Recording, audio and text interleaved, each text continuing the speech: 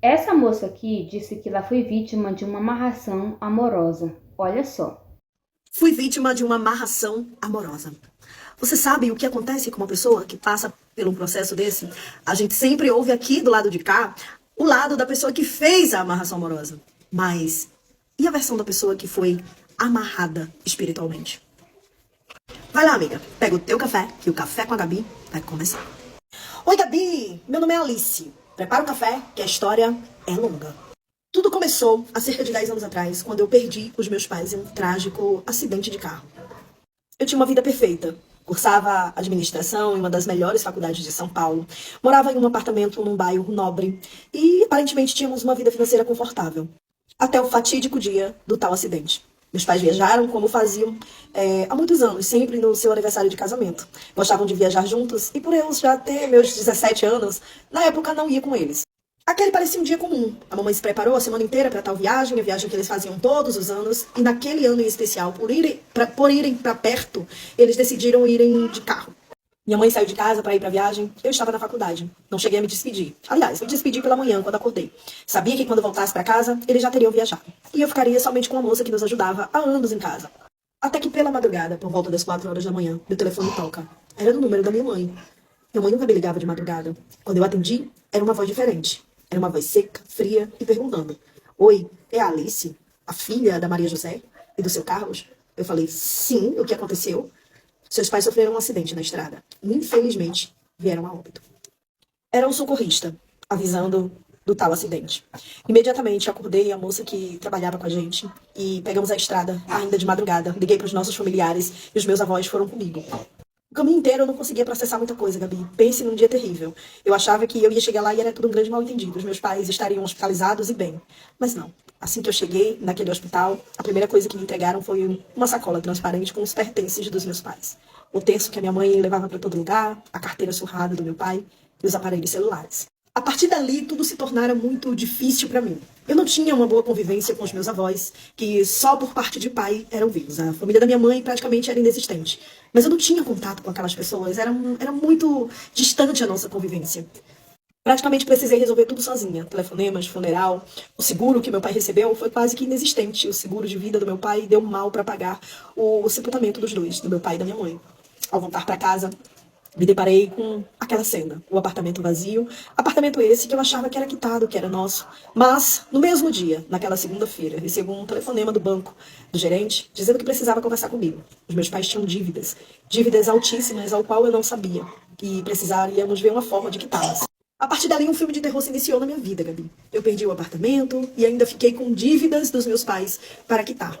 Eu não sabia o que fazer, para onde ir. A primeira decisão que eu tive que tomar foi trancar minha faculdade. Eu não tinha como pagar. Os meus professores disseram: Não, Alice, não tranca, vamos tentar uma bolsa integral, menina. Você é uma das nossas melhores alunas. Mas, Gabi, ainda que eu conseguisse a tal bolsa integral, eu não conseguiria arcar com as despesas de locomoção, de alimentação e de tudo naquele momento. Eu não tinha nem sequer aonde morar. Eu me via numa situação de ter que ir para casa dos meus avós no interior, sendo que, como eu disse, eu não tinha afinidade nenhuma com aquelas pessoas. Saí daquela faculdade aquele dia chorando, atordoada, sem saber o que fazer. O dinheiro estava se acabando. Sobrou pouquíssimo dinheiro do velório dos meus pais.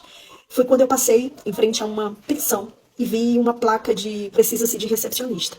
Entrei e conheci ali a dona Dalva. Uma mulher maravilhosa e que dali para frente se tornara uma espécie de mãe para mim. Contei para a dona Dalva toda a minha situação e que eu precisava muito daquele emprego. A dona Dalva não só me deu a vaga de emprego, como me ofereceu um quartinho naquele pensionato para morar. E ainda me disse que eu poderia comer lá mesmo, quando sobrasse dos hóspedes. Eu aceitei, é claro. E ali, com a dona Dalva, eu aprendi de fato a administrar alguma coisa na vida. O salário era pequeno, mas eu economizava muito com a moradia. Me tornei uma espécie de filha para a dona Dalva, uma filha que ela não tinha. A dona Dalva também não tinha familiares. Ela era do Nordeste, veio sozinha para São Paulo, e ali construiu tudo sozinha. Morei e trabalhei 5 anos com a dona Dalva, economizando cada centavo, porque eu estava sempre fazendo trabalhos extras, lavando alguma roupa de algum hóspede, ajudando a dona Dalva na administração e economizava até nas refeições porque comia por lá. Até que veio mais uma vez um baque na minha vida. A dona Dalva, após 5 anos eu morando com ela, me chamou um certo dia e disse: Alice, você vai precisar ver o que faz da vida, minha filha. Eu estou com câncer e já num estágio praticamente terminal. Eu não tenho muito tempo de vida. Aquele pensionato da dona Dalva era um local alugado. O proprietário também já havia pedido aquele lugar para ela. Fazia um tempo que nós procurávamos outro local para alugar para continuarmos com o pensionato quando a dona Dalva me deu a tal notícia. E agora? O que eu faria da minha vida? Até que certo dia, quando eu passava para fazer algumas compras a pedido da dona Dalva, eu vi um casarão abandonado. Um casarão que ele não estava muito deteriorado, mas estava com uma placa de vende-se. O dono havia morrido há alguns anos e aquele casarão ficou de herança para alguns familiares. Ele não tinha filhos de primeiro grau, esposa ou coisa do tipo. Aqueles familiares já eram de outro estado e eles estavam vendendo aquele casarão bem barato, por sinal, muito abaixo do valor de mercado, porque precisavam do dinheiro para dividirem entre si. Cheguei e comentei com a dona Dalva. Seria um sonho, dona Dalva. A dona Dalva disse, vamos ver, minha filha, como faz.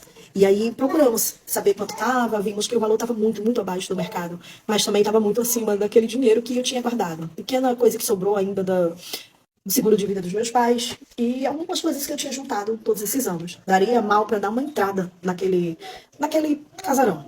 Então a dona Dalva me ofereceu usar o crédito que ela tinha no banco. Usa o meu nome, minha filha. Eu deixo, para ver se nós conseguimos financiar esse lugar. E assim nós fizemos. Fomos até o banco e sim, conseguimos financiar aquele lugar, dando a pequena entrada que eu tinha e no nome da dona Dalva. Ou melhor, no meu nome, Gabi, mas a dona Dalva como fiadora. Pois bem, me mudei para aquele local junto com a dona Dalva e vi que precisava de alguns reparos elétricos para que a gente de fato pudesse colocar aquele novo pensionato para funcionar. Chamei o senhor, o seu João, para fazer o serviço. E ali naquele lugar tinha muitos pés de acácias. Foi o seu João que me sugeriu o nome do espaço.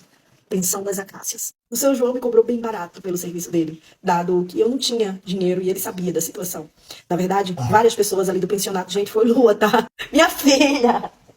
Várias pessoas ali do pensionato da dona Dalva me ajudaram. Tinha alguns que eram pedreiros, outros me ajudaram na pintura. Fizemos um grande mutirão e conseguimos sim colocar aquele lugar para funcionar.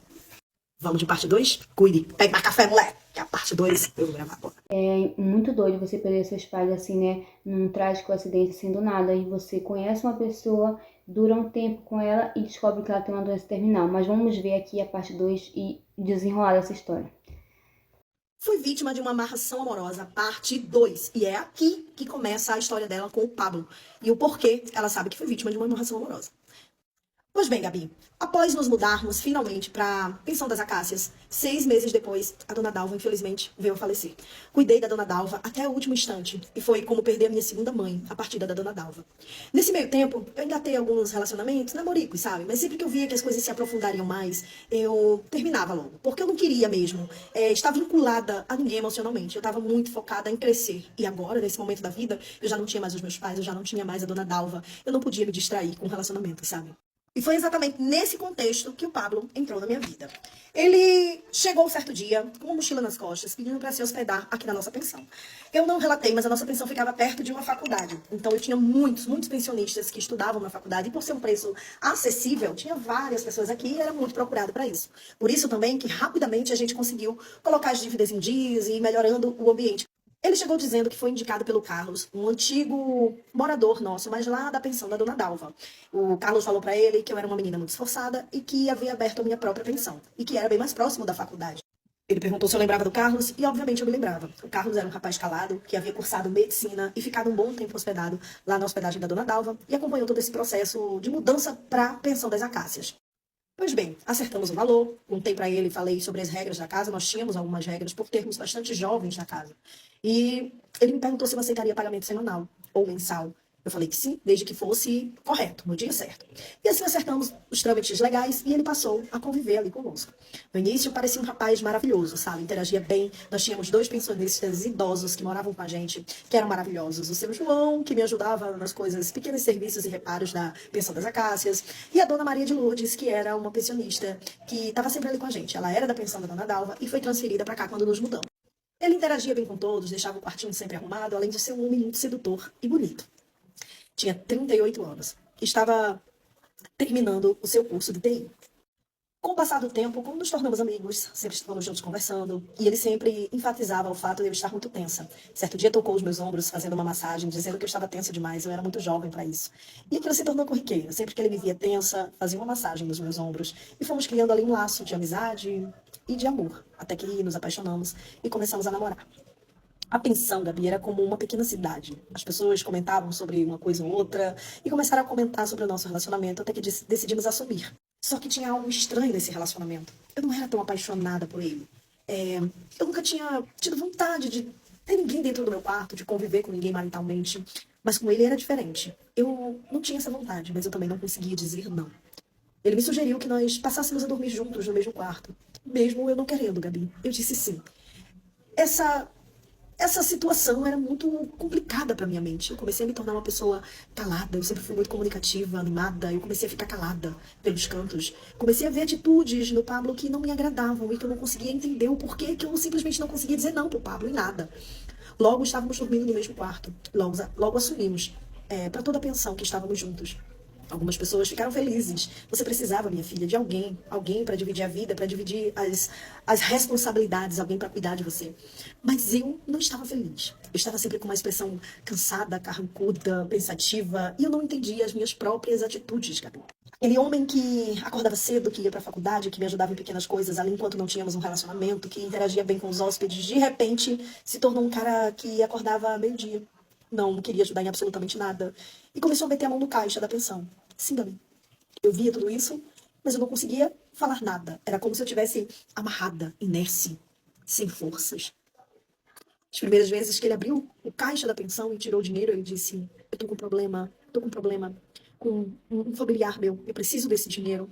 Quando eu receber, eu te devolvo. O dinheiro nunca voltava. Nunca voltou. Nem um centavo que ele tirou de lá, Gabi.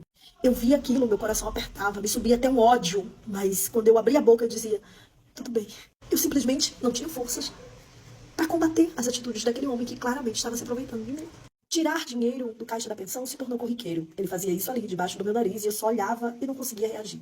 Depois comecei a notar pequenos olhares dele com as hóspedes mais jovens. Havia uma menina que era a preferida dele, a Luana. Ela era uma mulher linda e cursava medicina. Certo dia, quando ele entrou no quarto, eu notei uma mancha de batom na camisa dele. Nesse dia eu tive coragem, Gabi. Eu consegui abrir a boca e perguntar: que batom é esse na sua roupa? Ele olhou pra mim e falou: você tá neurótica, amor. Isso aqui foi o seu batom que você tava usando. Gabi, mesmo eu sabendo que eu nem usava batom. Fazia meses que eu não passava batom, eu não gostava de batom e só usava batom quando era algum evento especial. Eu não consegui falar nada e simplesmente me calei diante daquela justificativa dele. O pior é que quando ele saiu do quarto eu chorei muito. Eu chorei de ódio, eu queria que ele fosse embora da minha casa, do meu quarto, da minha vida. Eu sabia que ele estava se pegando com a Luana pelos corredores da pensão, mas eu simplesmente não conseguia fazer nada. Dali pra frente comecei a notar desfalques ainda maiores no caixa da pensão. Chegou o dia de pagar o banco e algumas contas que nós tínhamos mensais e simplesmente não havia dinheiro aonde eu guardava o dinheiro. Nessa época, Gabi, eu não usava muito Pix. Então, não usávamos Pix, na verdade. Não era todos os dias que eu conseguia fazer depósitos. Então, eu sempre estava guardando dinheiro. E quando eu fui pegar o dinheiro, tinha um desfalque enorme lá. Todo o dinheiro de pagar as dívidas já estavam guardados e simplesmente havia sumido. Questionei ele, perguntei pra ele: amor, você viu o dinheiro que tava... alguma coisa aconteceu? Ele falou: acho que você contou errado. Você tá com algum problema, amor. Você tá contando dinheiro errado. Se você quiser, eu te ajudo mais nessa parte financeira. Mas eu não queria. Eu não tava contando dinheiro errado. Eu comecei a ficar cada dia mais doente, Gabi. Doente no sentido de que eu tava triste, eu não tava feliz, a minha expressão era pesada. Os hóspedes já não sentiam aquela energia boa quando chegavam aqui, quando falavam comigo, eu estava sempre calada, ou de cara inchada, de chorar. Mas eu chorava porque eu sabia que havia algo errado, mas eu não conseguia dizer não. Eu não queria aquele homem ali dentro mais, mas eu simplesmente não conseguia dizer não. E foi aí que chegou a mulher para se hospedar na minha pensão, que mudou a minha vida, a Dona Rosa. Ela chegou em um dia de segunda-feira, exatamente às 19h30 da noite, e eu não costumava receber hóspedes mais esse horário, principalmente sem reservas. Era uma mulher idosa, dos seus 65 anos, com uma pequena bolsinha do lado, e perguntando: minha filha, você tem algum quarto disponível? Mesmo eu tendo aquele quarto, eu pensei duas vezes, porque era uma das regras da casa. Não recebíamos hóspedes naquele horário, sem uma reserva prévia.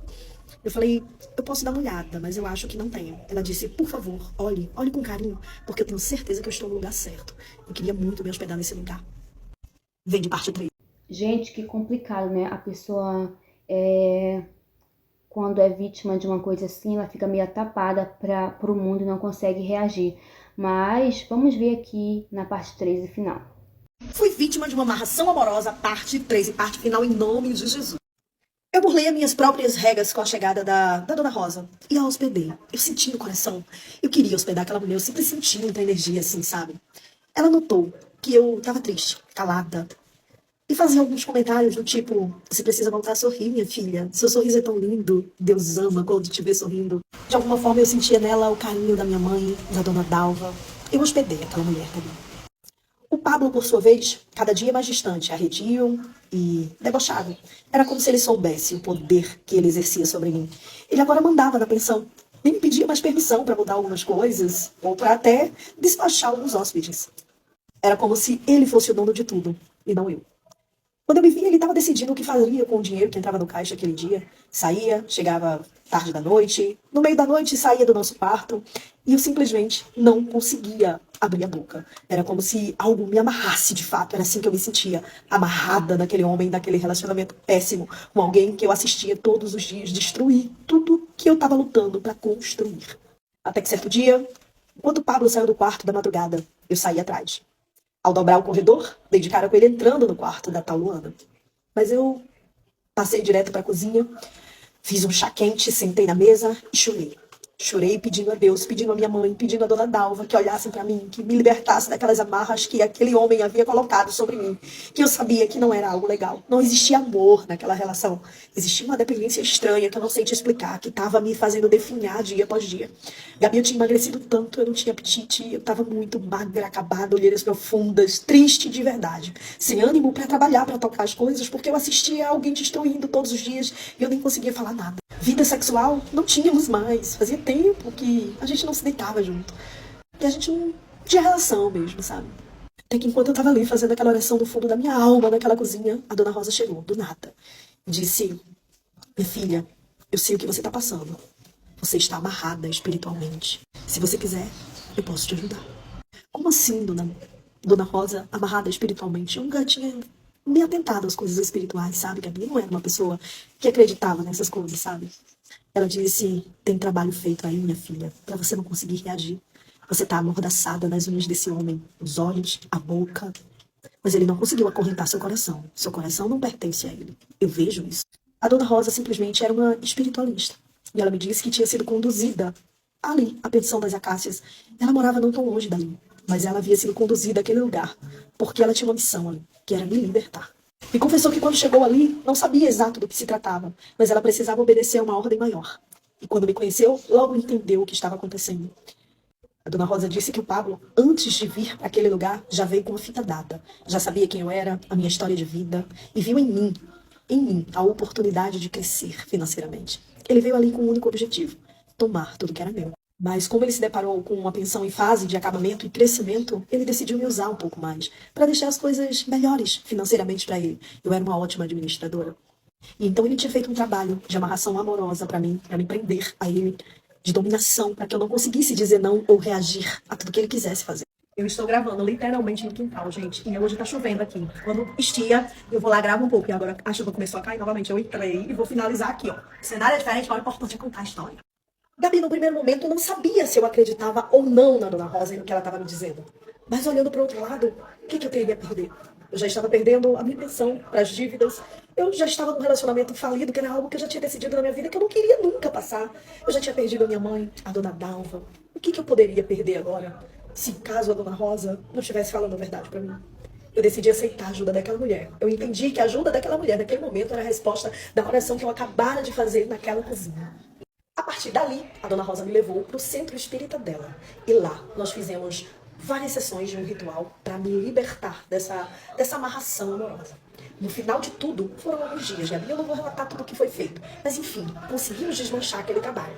No final de tudo, ela falou para mim: agora eu vou devolver para ele o que ele fez para você. Eu falei: não, dona Rosa, eu não quero esse homem atrelado à minha vida. Eu quero voltar a ser livre. Eu quero voltar a trabalhar naquilo que eu tô construindo leve. Ela disse: não, mas não é pra você, minha filha. É só pra ele provar um pouquinho do veneno dele. E então ela devolveu pro Pablo aquilo que ele tinha mandado pra mim. Só que dessa vez com a Luana. Ao voltar pra pensão aquele dia, e os dias a se seguirem, eu notei o Pablo um pouco mais confuso e um pouco mais arredio com relação a mim. Mas mais obcecado na Luana. Ele reparava tudo que ela fazia e já não conseguia mais disfarçar o seu interesse por ela. Aquilo não me machucava, Gabi, nem um pouco. Muito pelo contrário. Me dava uma sensação de vingança, sabe? Você tá me pagando.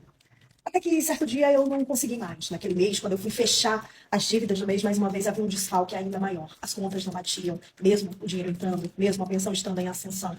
Então arrumei todas as coisas do Pablo em uma certa madrugada, quando ele saiu do meu quarto e foi mais uma vez bater na porta da Luana, que já não estava mais tão interessada nele. Quando ele voltou pro quarto, eu estava simplesmente sentada na cama com todas as suas malas prontas e disse para ele: eu quero que você saia. Como assim? Você tá louca? Não, eu sei de tudo, tá? Eu sei do trabalho que você fez pra mim. Eu sei que você tem um plano de tomar tudo que é meu. E eu quero que você saia. Ele disse, você surtou. Você tá com problemas psicológicos. Eu já tinha percebido isso. Eu já tinha percebido que você não andava muito bem. Eu sorri, peguei o telefone e liguei pra polícia naquela madrugada. Quando os policiais chegaram, ele continuou tentando narrar uma história de que eu estava com algum problema psicológico. Mas alguns hóspedes que acompanhavam tudo que estava acontecendo ali dentro ficaram do meu lado. E eu pedi que ele se retirasse da minha casa, da minha pensão e posteriormente da minha vida. Ele já havia preparado tudo para que nós nos casássemos. Mas, graças a Deus, a Dona Rosa apareceu na minha vida antes, Gabi. Porque senão eu acho que eu não teria conseguido dizer não. Eu teria me casado com aquele traste. Eu finalmente consegui expulsá-lo da minha casa, da minha pensão e da minha vida. Precisei passar ainda por várias sessões de limpeza espiritual para que eu voltasse, Gabi, a viver, porque eu ainda me sentia atrelada, ainda me sentia perseguida por sombras e por vozes e por pessoas que eu não conseguia enxergar, sabe? O Pablo ficou completamente louco e obcecado naquela moça, na Luana. Ela terminou indo embora da pensão. Eu nunca questionei nem falei nada com ela, porque de fato eu nem gostava daquele homem. Eu estava presa espiritualmente a ele. O que eu soube é que ele ficou a perseguindo em todos os lugares, na faculdade, na casa dos familiares, e terminou sendo preso por isso. Daí pra frente, eu já não tive mais notícias. Hoje em dia nós temos segurança armado aqui na pensão e eu continuo lutando para sair das dívidas ao qual ele me colocou, porque eu já tinha algumas antes, né? Mas o bom da história é que hoje eu estou liberta, graças a Deus, e muito mais atenta aos sinais de um trabalho espiritual e de uma amarração amorosa. Essa é a minha história.